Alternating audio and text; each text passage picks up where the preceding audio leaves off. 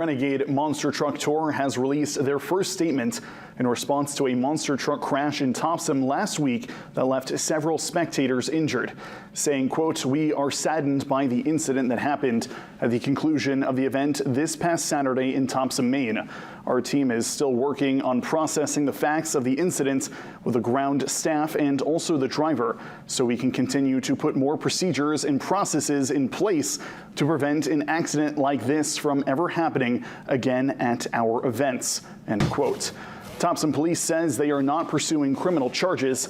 A personal injury lawyer says victims will be able to pursue justice through the court system.